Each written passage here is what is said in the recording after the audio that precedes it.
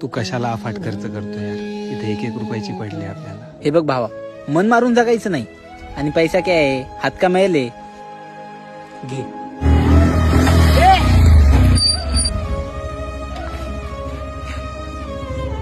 काय रे, धक्का लागला असता. लागला का धक्का? मेला का त्यो? ओ भाऊ, नीट बोला ना. ए उपट्या, तुला माहितीये की मी कोण आहे? ओ भाऊ, मी हात जोडतो राव, माफ करा. तो नवीन आहे, त्याला माहित नाही तुम्ही कोण आहे. तू नाही ना, तू सांगा त्याला समजून मग. भाऊ सांगतो, एवढ्या वेळेस माफ करा ना राव. एवढ्या वेळेस सोडतोय, दुसऱ्या वेळेस टप्प्यात आला ना, गाडीने उडीन डायरेक्ट 302.